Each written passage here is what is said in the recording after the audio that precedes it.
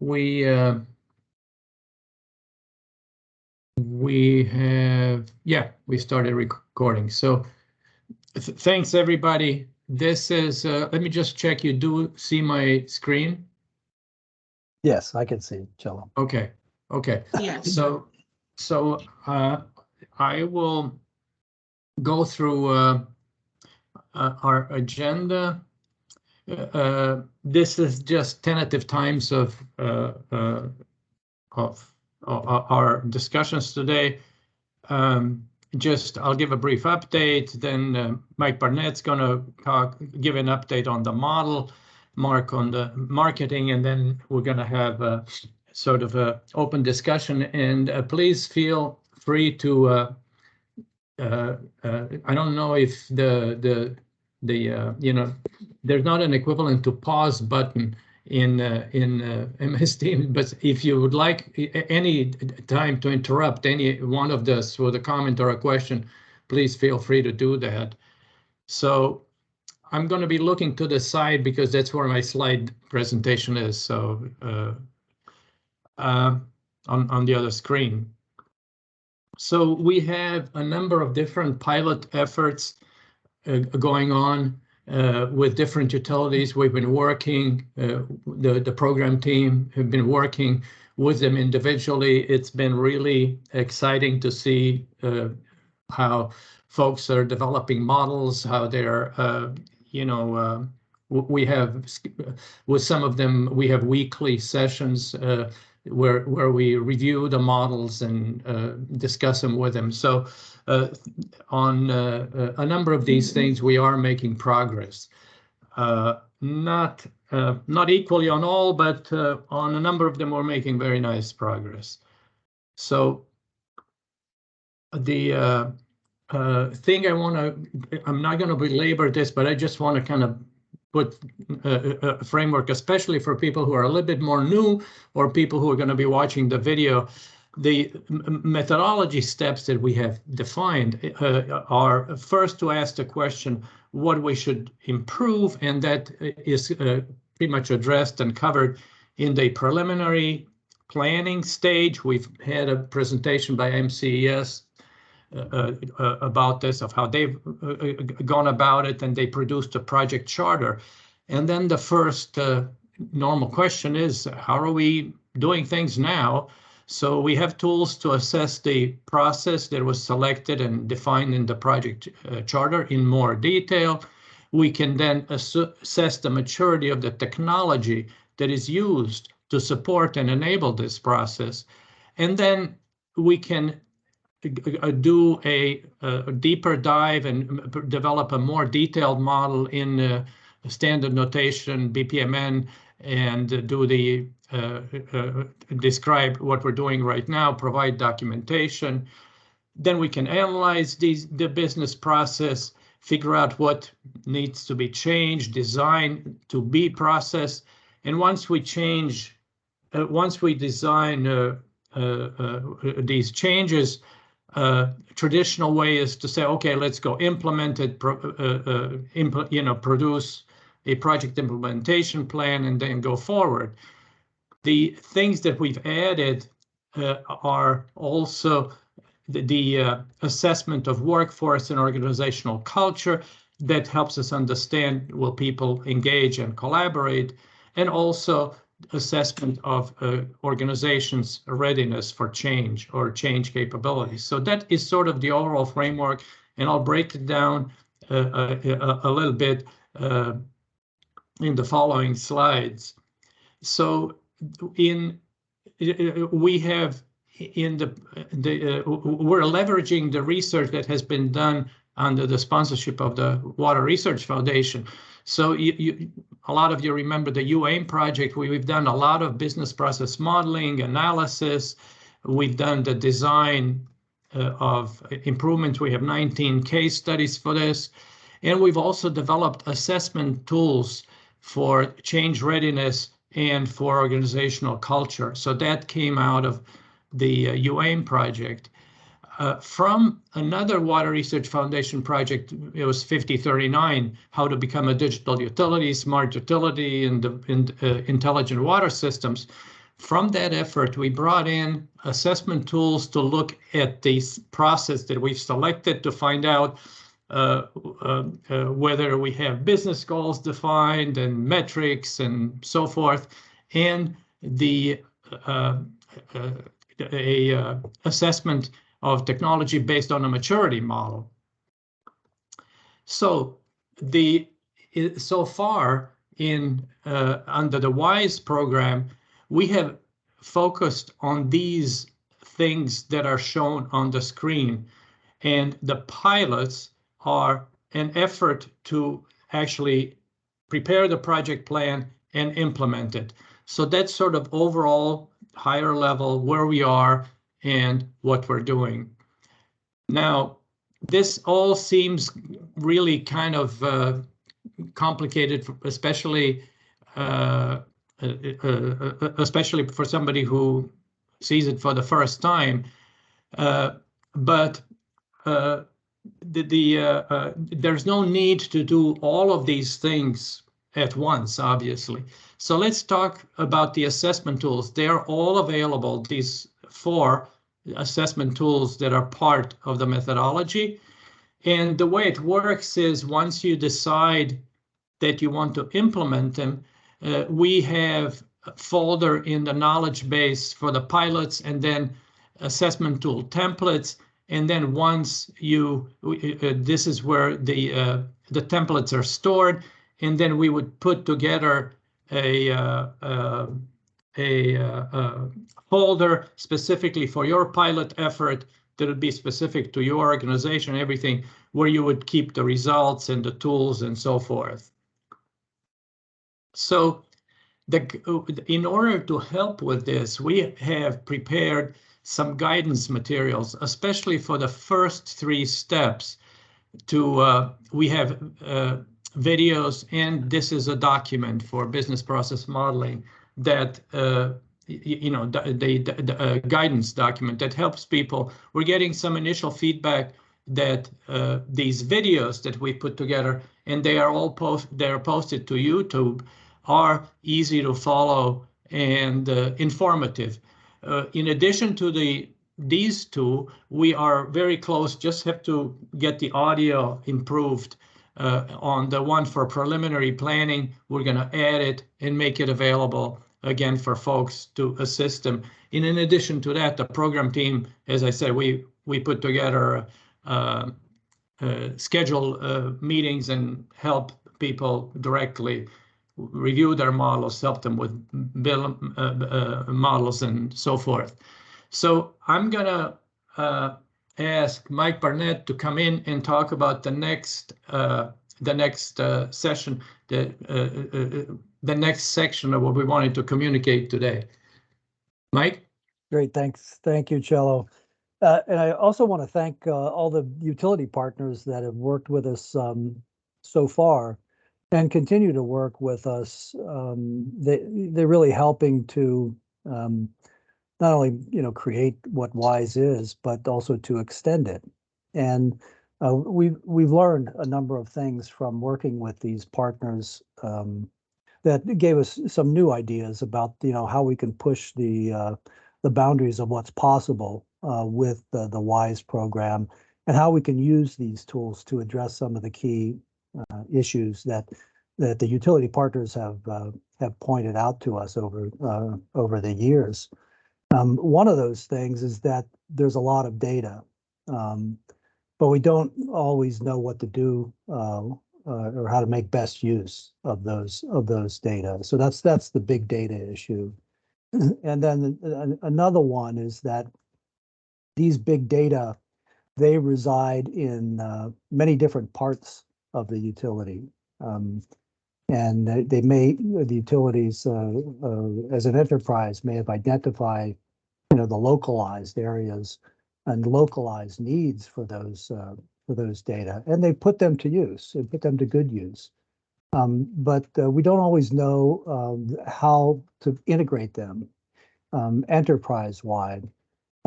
so that they're well organized and they're also accessible. So there's another problem which relates to the analytics. And there's a need for analytics, something more than just dashboards. You know, some analytics that are required maybe for process control or for, you know, all sorts of issues where analytics are problems where analytics could provide new solutions. And of course, there's lots of vendors that have you know, tools that provide, you know, they're the hammers, right? They're the hammers that are looking for the nails. But as a utility, we need to ensure that those tools address the analytic needs, and we want to leverage those local analytics, and at the same time develop you know, the enterprise analytics that they're going to provide broader based insights for higher level management and driving efficiency into the organization as a whole. So we've learned those things. Thank you, Jello, for advancing the slide. And we've also learned that no improvements are implemented without good change management practices and a workforce that's engaged and energized. So those points that Jello made before about change management and workforce engagement, we can't forget those. All of these tools and techniques that we're developing have to be driven by the people within the organization. So, you know, the question arises, how do you get from those local insights and those localized data, which may be accessible and organized on that basis. But when you talk about enterprise analytics and enterprise architecture and enterprise data, you know, how do we get from the third level in this diagram up to the top level that gives us the enterprise analytics that we want? So let's walk through an example of how this happens. And then, you know, as we go through this example, we can talk about where does WISE, you know, play a role and where can it help us to fix or to address some of these issues that I was just talking to. So this a slide from the International Infrastructure Management Manual. And it shows a life cycle for asset, you know, planning and creation, operation, monitoring, maintaining those, rehabilitating them, and then the end of life with disposal and redefine. And you can see that as you move through each one of these steps, that different parts of the organization are touched. So maybe when you're defining, you know, operations planning, you know, conveyance treatment operations are heavily involved, and engineering gets mixed up in it, and you move through, you know, a lot of engineering happens when you're creating, and then IT systems come into play. It's several different places. Then it goes into operations, and then, you know, after, you know, operations and maintenance do their thing, then you really get back into the asset planning as you maintain and rehabilitate or retire the assets that you have. So there's a lot of stuff going on and a lot of systems from CIP. I think the next one is a build slide, Cello, that you know, you're touching CIP, you're touching finance. If you want to go ahead and push the buttons there, Cello, we can just work through it. And the models, let's just focus on planning assets for now. The models that are required, keep pushing buttons there, Cello, come into play. Models of the, if we're talking about a particular asset, an engineered unit process of some sort, then the models come into play. Some CAD systems are used, and how do we answer those questions about integrating or providing the connectivity that's required to get us from the local analytics to the enterprise, and address all these questions about enterprise architecture, enterprise data, and enterprise analytics? So if you push the next slide, the real answer is in the center of that bottom left diagram, in that the business and operational processes that we define, they all direct our judgments about what kind of data do we need, and not in a, you know, generic sort of way. They do it in a very precise way. So the assessments that are done tell us about maturity. The models that we create tell us specifically about the decisions that are required the tasks that need to be performed. And because we've defined all the indicators or key performance indicators in those models, now we know the data that are required. And we know because our models are not just local. You may have seen in some of the previous presentations or in the videos how these models cross boundaries. They cross boundaries between those systems that you see at the top and the organizational boundaries that exist within the enterprise. And so the business and operational process models tell us exactly how we're going to connect the processes to the technology that we need in order to define the enterprise data, the analytics, and the enterprise architecture. So it's a great tool that we want to start elaborating upon, and we need help for that. So, Chell, I'll hand it over to you with that, please. Okay. So we're in the past we've had teams that specifically looked at asset management, capital, CIP, the business case evaluation and stuff like that. But it seems like this lack of integration is a problem that everybody's facing. So we're forming a team that would be focused on that. It was sort of started discussion about this on the technology and analytics team last year, but the three of the leads are all gone. Yvonne Carney is no longer with Washington Suburban. Scott Parker is no longer with Kansas City. So we kind of want to kickstart that effort again. So we do have these in red. We have documented and guidelines. We're going to produce guidelines for the black ones to help people with these steps. So we'd like to have a discussion about the opportunity to look at this. And several WISE partners that utilities are participating are right now in the process of replacing their enterprise asset management system. And this is very intense effort in each of these utilities. We are hoping that we could put in place collaboration that would allow people to share their experiences, to work together, and also to start defining a strategy for managing information and integrating systems. And this could include enterprise architecture, system architecture, data architecture.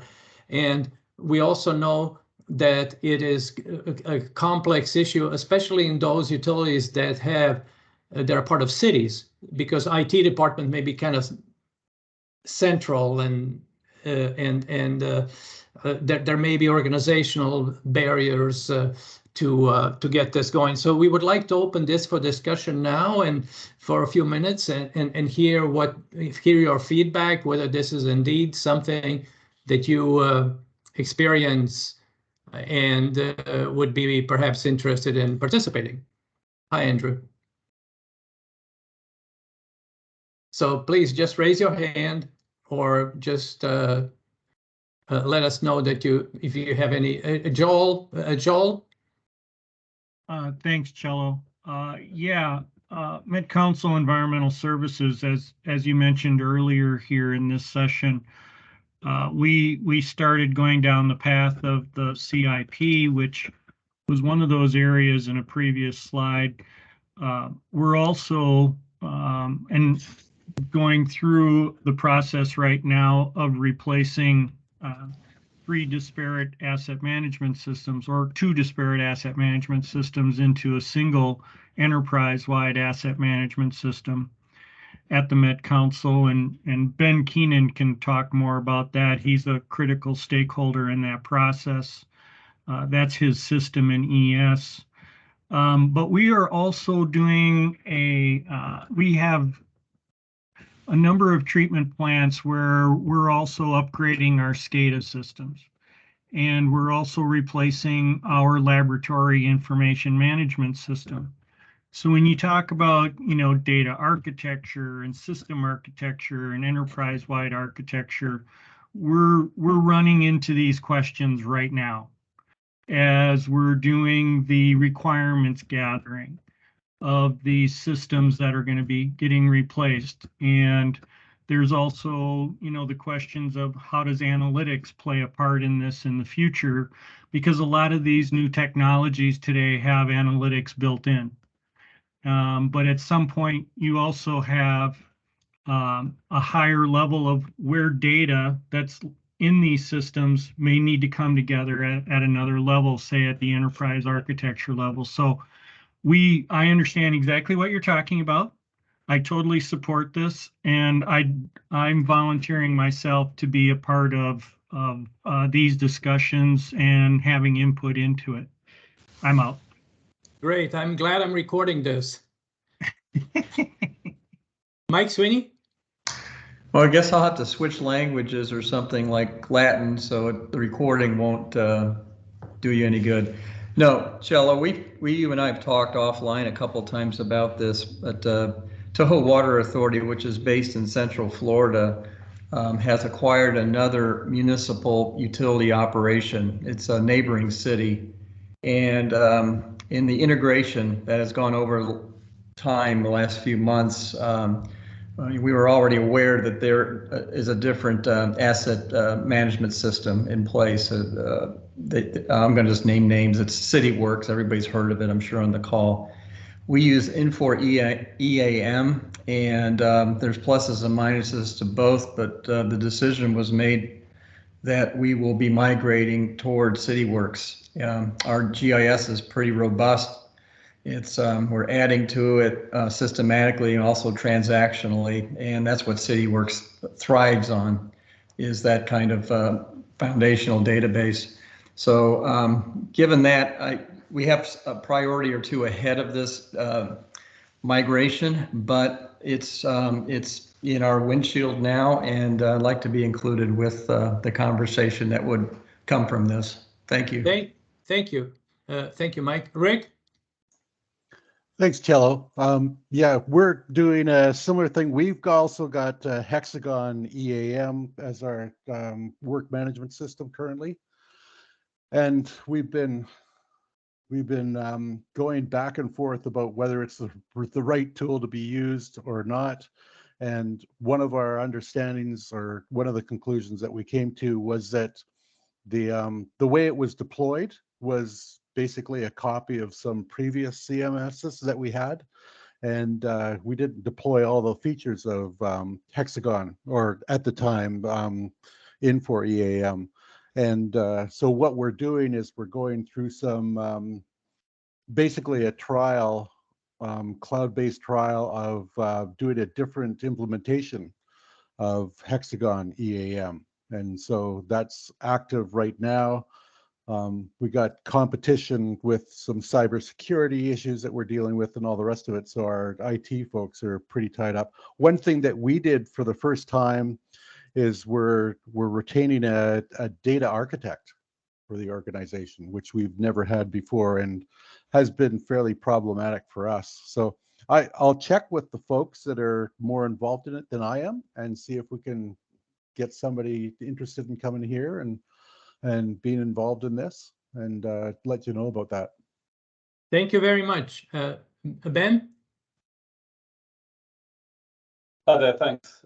Yes, well, Joel's already called me out, but I just wanted to, as well as sort of kind of reiterating everything that Joel just said, I just want to say that here at the council with our programme, and I think you called out a key issue at the very beginning, where you said that a lot of utilities are part of cities, so you don't necessarily have sort of free reign on what systems you use, and that's certainly true here. So while we're regional rather than technically a city, we do have a centralised IT department, and we are looking to adopt an EAM system which is enterprise-wide, which means that it covers our transit, it covers our community development, which is housing and parks, and also real estate. So. And I think looking at those issues as well is going to be very important in how we take this project forward. And I think those are kind of issues that a lot of other cities and areas will be wrestling with as well.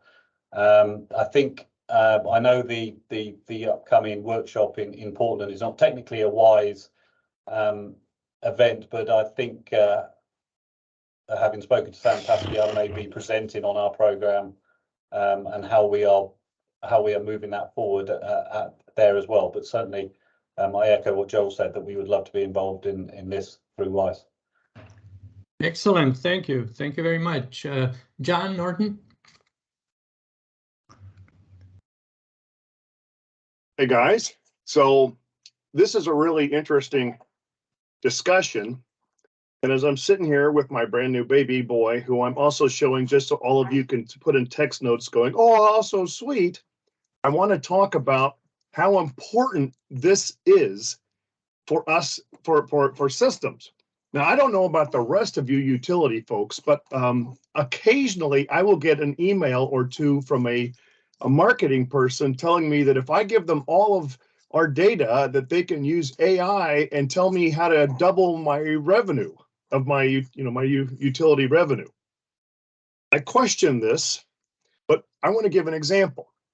Here's little Nicholas's bottle, and here's the ring that connects the nipple, to there. We have rings that do not work, even though they fit the thread, but they leak everywhere. This is an unacceptable system integration. It leaks, it's a mess. Some of the lids are okay, but they leak a little bit, but if you tighten them real hard and such, it's all right. But then if you're trying to do the one-handed bottle change, that's a challenge. So it's okay, but not awesome. And of course, others work great. That's the exact same thing on a much more simplified system than we have here. Now, here's where I want to push back a little bit to Cello and Mike and a few of the others here.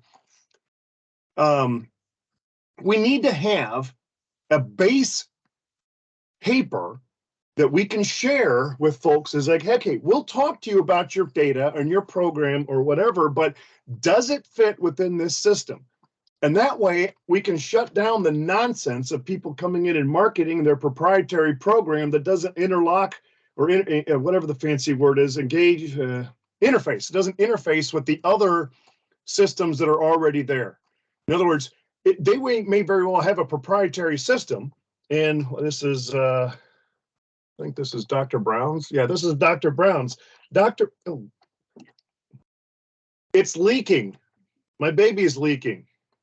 But it works with some bottle systems and not others. But here's the same thing over here, is that they can still be proprietary, but they have to work together with each other. So Cello and the others here, I'm on board, but I want to get a paper out of this so that we can put it out there and say, here you go, like they've done with other like water distribution systems. I'm trying to think of the fellow over at Bentley that put together that paper, and I'm sorry, I can't think of his name, but there's other areas where they have like, here's the base standard with which we compare computer chip speed. They have a base. Here's how you test computer chip speed so that it's all like to like. Here's how you test miles per gallon. Well, I wanted something where I could say, like, do you guys interface with this, given this description and a paper that we can share? And I will now shut up and mute myself. I will go next to Andrew, but since you posed a question or to the team, I will answer. Vendors who approached you probably have all a very similar version of the diagram that has all sorts of bubbles for different systems, and then a bubble in the middle that connects it all, and that's made by their company. Am I wrong? Oh yeah. So anyway, and multitasking when you're feeding a baby, that's an accomplishment. Andrew?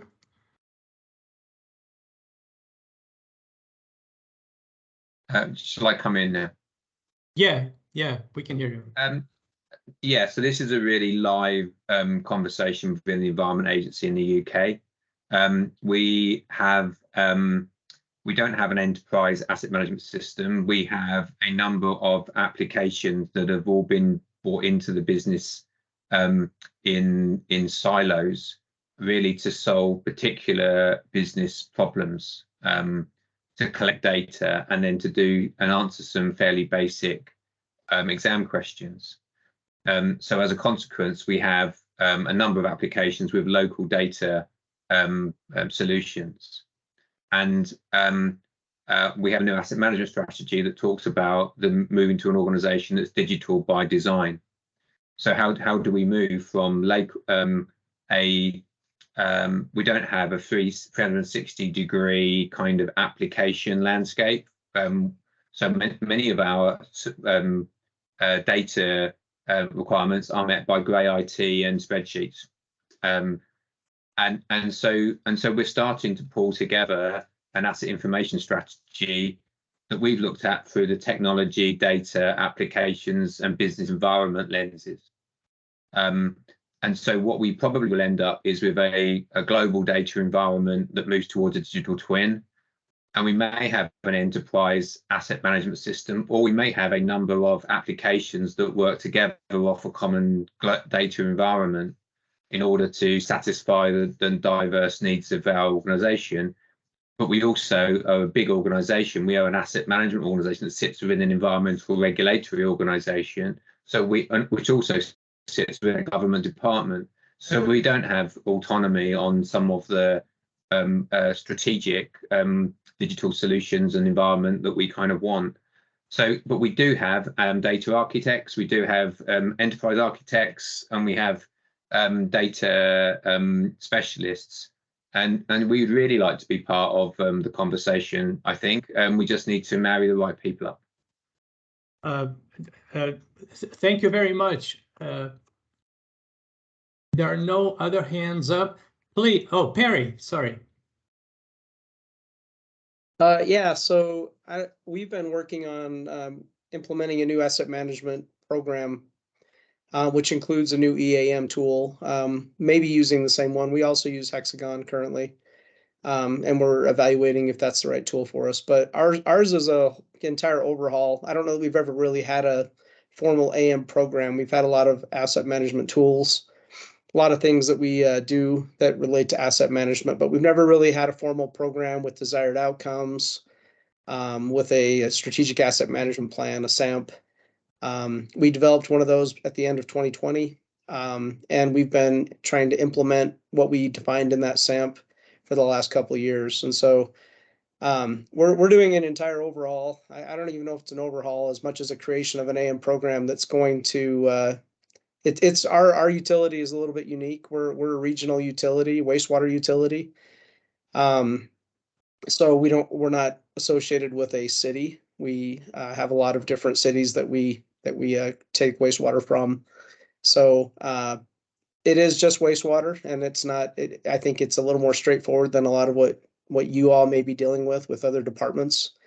But yeah, that's something that we are doing now, and putting together all kinds of governance documents, trying to understand all the different naming and how we organize our assets, what kind of hierarchies we use. We're really starting from scratch in some ways. I think it's going to be difficult to do, but this definitely would fall in line with what we're doing. So we'd be happy to be part of this. Thank you very much. Thank you very much, Barry. If anybody else, or maybe when they're watching the video, if they were not in the meeting, it would be please just send me an email if you'd like to participate in this. So we will move to the next update. Mike, on the water sector value model and all the business process models. Yes, we talked about this, I think, the last meeting, but let me review it again. Just think, especially for the newcomers, there's our repository of business process models. We call it the water sector value model. What happened in the UAIM project and also in WISE, the development of a lot of models, business process models that cut across the utility landscape, and we curate those models. So of the hundreds of versions and different kinds of models that we have, we've boiled that down to a set of around 100 models that exist within the repository that's maintained on the 9D Analytics site. And there are other artifacts that go with them, checklists, you know, the business rules that have been defined for things like business case evaluation for CIP, asset onboarding and decommissioning. We've got a great model that we're working on now that addresses that, which I think it's the one, yeah, it's the one in the top right there. And a large set of models about revenue metering. There are a lot in there. And as you may or may not know, we do provide separate from WISE, but we do provide a business process model and notation training. And we've trained around 50 plus people, some of which I think are on the call here today. So, you know, our group as a whole and the utility consortium that WISE has put together is starting to develop a good capability in terms of modeling of business processes.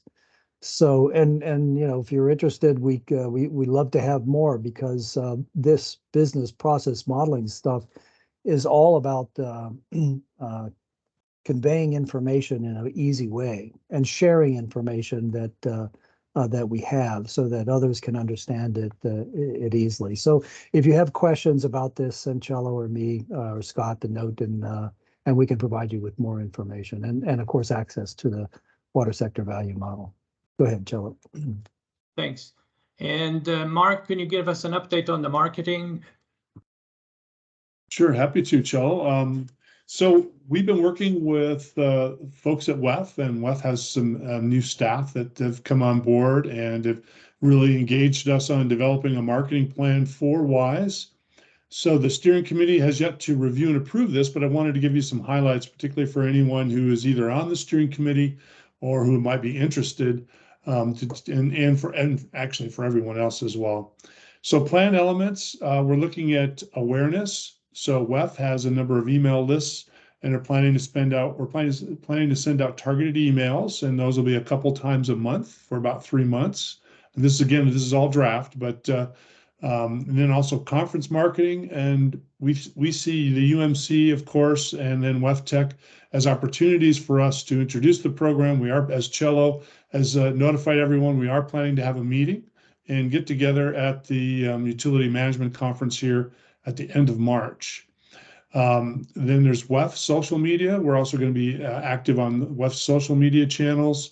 We're looking at media placements, which would give us an opportunity to perhaps use something to buy some relatively inexpensive targeted marketing, which might include Google AdWords and some other things like that.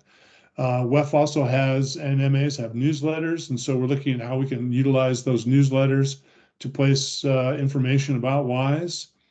We're also, and Cello's been working on this for a long time, as well as Mike and Scott, of course, and putting together short videos. So when we have people that are interested, we have the opportunity to give them a little bit of a taste of what WISE is and how it's helped folks improve their utilities. So we're always interested in those, and we're planning to use those as a critical part of our marketing campaign. With regard to referrals, no better way to get new people involved than if you have friends, if you have colleagues in other organizations, other utilities, we would love to talk to them. You don't need to make any sort of cold calls. I've done that before for fundraising. It's not a lot of fun. No cold calls required. You can turn that over to us. Of course, we would like an introduction if you have a colleague that might be interested, and we certainly are happy to give them lots of information. We can give them as little or as much as they want. And we'd love to have more people join us because, as you all know, we've been trying to create a movement with this. This isn't just a one-time effort that we're going to wrap up. We see this as sort of an ongoing process where our utilities just continue to learn from each other and keep getting better. And as evidenced today by that great discussion we had about how do we integrate technologies and how do we get away from these information silos. So that's the draft so far. The next part that we're working on is how do we take awareness, and then when we get interest, how do we move from interest to information and then hopefully into membership? So that's the part we're working on next. And again, this will be, we're going to present this all in more detail to the steering committee. It's not a secret. You're welcome to join the steering committee if you like. If you might have some time, we'd love to have you join us. So those are our next steps. And if there's any questions, I'd be happy to answer what I can. Thank you, Mark. So I sent out a